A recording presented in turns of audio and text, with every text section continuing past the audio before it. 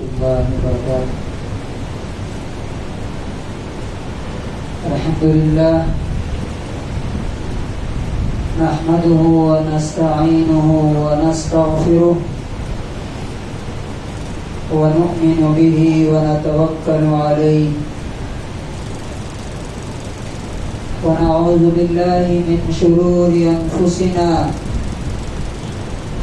ومن سيئات أعمالنا من يهده الله فلا مضل له ومن يضلله فلا هادي له ونشهد أن لا إله إلا الله وحده لا شريك له ونشهد أن سيدنا ومولانا محمدا عبده ورسوله أما بعد فأعوذ بالله من الشيطان الرجيم بسم الله الرحمن الرحيم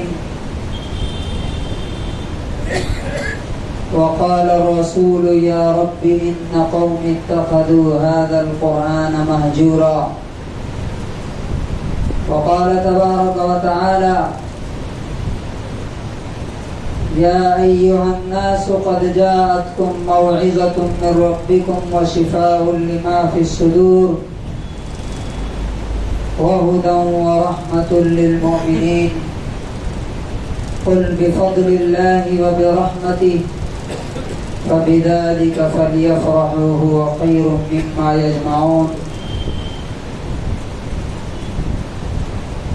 حضرات گرامی، تمام تعریفیں اس اللہ کے لیے ہیں جس نے یہ رمضان کا مہینہ ہمیں عطا فرمایا. ہر قسم کی تعریف اس اللہ کے لیے ہے جس نے ہمیں ایمان جیسی سب سے بڑی نعمت سے نوازا. پچھلے 3 ہفتوں سے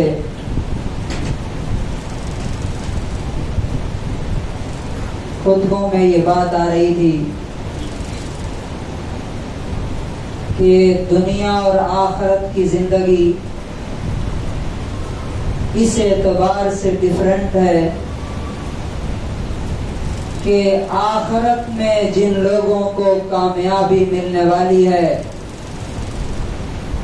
ان کا کرائیٹیریا، ان کا معیار، ان کا اسٹینڈرڈ کیا ہے، اور دنیا کی زندگی میں جو لوگ کامیاب ہیں وہ ضروری نہیں ہے کہ آخرت میں بھی کامیاب ہوں جب تک کہ اللہ رب العزت نے جو اصول اور جو پرنسپلز بتائے ہیں ان پر عمل نہ کرے. پچھلے ہفتوں میں آپ کے سامنے یہ بات آئی کہ آخرت جن کے لیے ہے اللہ تعالیٰ نے کہا کہ وہ لوگ ہوں گے جن کے درمیان، جن کے دل کے اندر اللہ رب العزت کا تقویٰ ہوگا، جو اللہ سے ڈر کر کے زندگی گزاریں گے. اللہ تبارک و تعالیٰ نے آخرت کی زندگی اور جنت کی زندگی ان کے لیے متعین کر دی ہے. اور یہ رمضان کے روزے کا مقصد بھی یہی ہے کہ ہمارے اور آپ کے دلوں میں تقویٰ پیدا ہو، اللہ رب العزت کا ڈر پیدا ہو. اگر اللہ کا ڈر پیدا نہیں ہوا، روزہ رکھنے کے باوجود بھی ہماری زندگی چینج نہیں ہوئی، روزہ رکھنے کے باوجود بھی ہمارے خیالات نہیں بدلے، روزہ رکھنے کے باوجود بھی ہمارے اخلاق نہیں بدلے، روزہ رکھنے کے باوجود بھی ہماری زبان نہیں بدلی، اور روزہ رکھنے کے باوجود بھی ہمارے دل میں خدا کا خوف اور خدا کا ڈر پیدا نہیں ہوا. روزہ رکھنے کے باوجود بھی ہم حرام چیزوں سے نہیں بچ رہے ہیں، روزہ رکھنے کے باوجود بھی اللہ کے وعدوں پر یقین نہیں ہے، روزہ رکھنے کے باوجود بھی ہماری زندگی میں نماز نہیں ہے، جب چاہتے ہیں پڑھتے ہیں، جب چاہتے ہیں چھوڑ دیتے ہیں، اور روزہ رکھنے کے باوجود بھی اللہ کی راہ میں خرچ نہیں کرتے، تو اللہ تبارک و تعالیٰ کو ایسے روزے کی ضرورت نہیں ہے۔ اللہ تعالیٰ کو ہمیں بھوکا اور پیاسا رکھنا منظور نہیں ہے، بلکہ وہ تو دیکھنا چاہتا ہے کہ ہمارے دلوں میں اس کا احترام، اس کی عزت، اس کی عظمت، اس کا آنر ہمارے دلوں میں پیدا ہوتا ہے کہ نہیں۔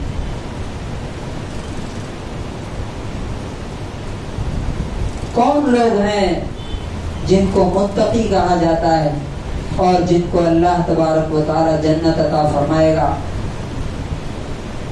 ان کی پہلی خصوصیت یہ تھی کہ وہ اللہ کے وعدوں پر یقین رکھتے ہیں کہ اللہ نے جیسا بتایا ہے ویسا ہی ہوگا۔ نمبر 2، نماز قائم کرتے ہیں، صرف رمضان میں یا صرف جمعہ کو نہیں، بلکہ پورے سال اور 24 گھنٹے میں 5 بار اللہ کے گھر میں آ کے نماز قائم کرتے ہیں۔ یہ دوسری کوالٹی۔ اور تیسری چیز کہ اللہ نے جو کچھ دیا ہے اس میں سے خرچ کرتے ہیں، لٹاتے ہیں، غریبوں کو دیتے ہیں، ضرورت مندوں کو دیتے ہیں۔ آج ہم چوتھی چیز پہ بات کریں گے کہ وہ لوگ جن کے لیے اللہ نے جنت بنائی ہے، ان کی چوتھی کوالٹی کیا ہے؟ اللہ تعالیٰ فرماتا ہے وَالَّذِينَ يُؤْمِنُونَ بِمَا أُنزِلَ إِلَيْكَ وَمَا أُنزِلَ مِن قَبْلِكَ،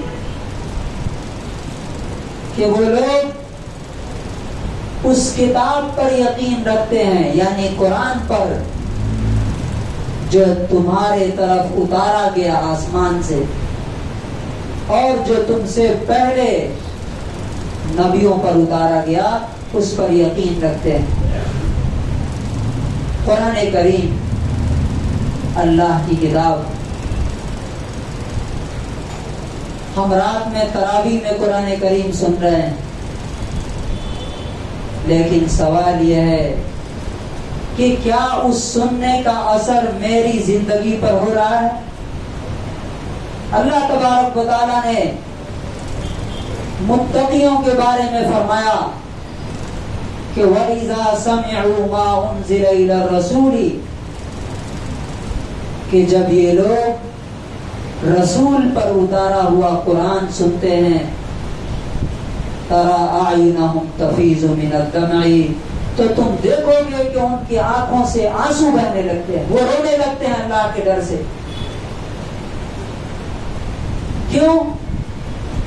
مِمَّا عَرَفُوا مِنَ الْحَقِّ، وہ قرآن سن کر کے سمجھ جاتے ہیں کہ یہ کسی انسان کی بات نہیں ہو سکتی، یہ تو خدا ہی بول رہا ہے، اور خدا ہی ایسا بول سکتا ہے، اور کوئی نہیں بول سکتا۔ قرآن کیا ہے ہم میں سے اکثر لوگ نہیں جانتے، اکثر لوگوں کو پتہ ہی نہیں۔ اور کیوں میں یہ بات کیوں بول رہا ہوں کہ اکثر لوگوں کو پتہ نہیں؟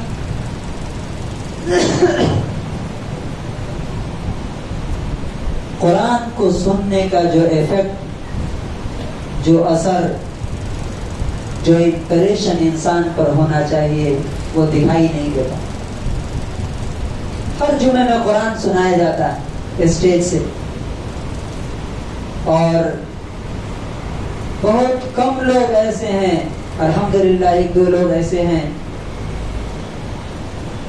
جن کو دیکھ کے لگتا ہے کہ یہ خدا کا بندہ ایسا ہے جو قرآن کی بات سنتے ہی اس پر عمل کرنا چاہتا ہے۔ بہت کم لوگ ایسے، اکثریت ایسے لوگوں کی ہے جن کے بارے میں اللہ تعالیٰ نے کہا صم بکم عمی فہم لا یرجعون، ایسا سنتے ہیں جیسے گویا کہ کان نہیں ہے، اور ایسا دیکھتے ہیں جیسے کہ آنکھیں نہیں ہیں، کیوں؟ قرآن سننے کے بعد بھی وہی زندگی، وہی اخلاق، وہی طرز عمل، وہی لائف اسٹائل ہے۔ اس کا مطلب یہ ہے کہ قرآن کو سمجھا نہیں کہ قرآن ہے کیا چیز۔ یاد رکھیے، قرآن سب سے بڑے حاکم، سپریم پاور، جو ساتوں آسمان کے اوپر عرش پہ بیٹھا ہے، جس کے ہاتھ میں پوری دنیا، پورا یونیورس، آسمان و زمین کی حکومت ہے، اس کی بات ہے یہ، کسی انسان کی بات نہیں۔ اور اللہ تبارک و تعالیٰ نے اس قرآن کے بارے میں جو انٹروڈکشن دیا ہے، جو تعارف دیا ہے، وہ کیا بات کہی ہے؟ اللہ تعالیٰ کہتا ہے سورہ یونس آیت نمبر 57 میں، 57 اور 58 میں، یا ایھا الناس، اے انسانوں، اے لوگوں، قد جاءتکم موعظۃ من ربکم، یقیناً تمہارے مالک کے پاس سے، تمہارے مالک کی طرف سے تمہارے پاس نصیحت آ چکی ہے، ریمائنڈر آ چکا ہے، کاؤنسلنگ ہے۔ موعظت کا معنی کیا ہوتا ہے؟ موعظت کہتے ہیں کسی انسان کو یہ بتانا کہ تم اگر یہ کام کرو گے تو اس کا یہ فائدہ ہوگا، اور یہ کام کرو گے تو اس کا یہ نقصان ہوگا۔ مجھے بتائیے کہ اللہ تبارک و تعالیٰ سے زیادہ بہتر نصیحت کون کر سکتا ہے دنیا میں؟ اللہ تبارک و تعالیٰ سے زیادہ بہتر نفع اور نقصان کون بتا سکتا ہے دنیا میں؟ اللہ تعالیٰ کہتا ہے کہ تم جو، اب ہم دیکھتے ہیں ایک آدمی ویڈیو شیئر کرتا ہے تو کیا بولتا ہے؟ مسٹ واچ، ضرور دیکھنا۔ کیوں ایسی بات بولتا ہے وہ؟ اس کو لگتا ہے کہ یہ ایسی بات ہے جس کو سننے کے بعد سامنے والے کو بہت بڑا فائدہ ہونے والا ہے، اور اگر نہیں سنے گا تو اس کا بہت بڑا نقصان ہونے والا ہے۔ کچھ لوگ اردو میں لکھتے ہیں ضرور سنیے اسے۔ اللہ تبارک و تعالیٰ کہتا ہے قد جاءتکم موعظۃ من ربکم، دنیا اور آخرت میں جو کچھ فائدہ تم کو ہو سکتا ہے وہ سب اللہ نے اپنی کتاب میں بتا دیا، اور دنیا اور آخرت میں جو کچھ نقصان ہو سکتا ہے اللہ تبارک و تعالیٰ نے اس سے بھی قرآن کریم میں آگاہ کر دیا۔ دوسری چیز اللہ تبارک و تعالیٰ نے بتائی قرآن کے بارے میں، وَشِفَاءٌ لِمَا فِي الصُّدُورِ، اے لوگوں، تمہارے سینوں میں، تمہارے دلوں میں جو بیماریاں ہیں ان کے لیے یہ پرفیکٹ علاج ہے۔ ہمارے دلوں میں کیا بیماریاں ہیں؟ ایک تو جسم کی بیماری ہے جو ہمیں نظر آتی ہے، کینسر ہو جائے تو دکھتا ہے، بخار آ جائے تو دکھتا ہے، لیکن ایک دل کی بیماری ہے جو نظر نہیں آتی ہے، اور اس کا بھیانک انجام آخرت میں نظر آئے گا۔ مثال کے طور پہ ایک انسان شرک کر رہا ہے تو دنیا میں ہو سکتا ہے کہ اس کو اس کا نقصان نظر نہ آئے، لیکن آخرت میں اس کا بہت بھیانک انجام نظر آئے گا اسے۔ ایک انسان تکبر کر رہا ہے، اپنے آپ کو بڑا سمجھتا ہے، تو دنیا میں شاید اس کو نظر نہ آئے، لیکن مرنے کے بعد اسے نظر آئے گا کہ یہ کتنی بڑی بیماری تھی، کتنی خطرناک بیماری تھی۔ اور اللہ تبارک و تعالیٰ نے جو یہ کہا کہ شفاء لما فی الصدور، تمہارے سینوں میں جو بیماریاں ہیں ان میں سے ڈپریشن بھی ہے۔ آج دنیا میں سب سے زیادہ پھیلنے والی بیماری جس نے دنیا کے ہوش اڑا دی ہیں وہ کیا ہے؟ ڈپریشن ہے، ٹینشن ہے، اینگزائٹی ہے۔ اللہ تبارک و تعالیٰ کہتا ہے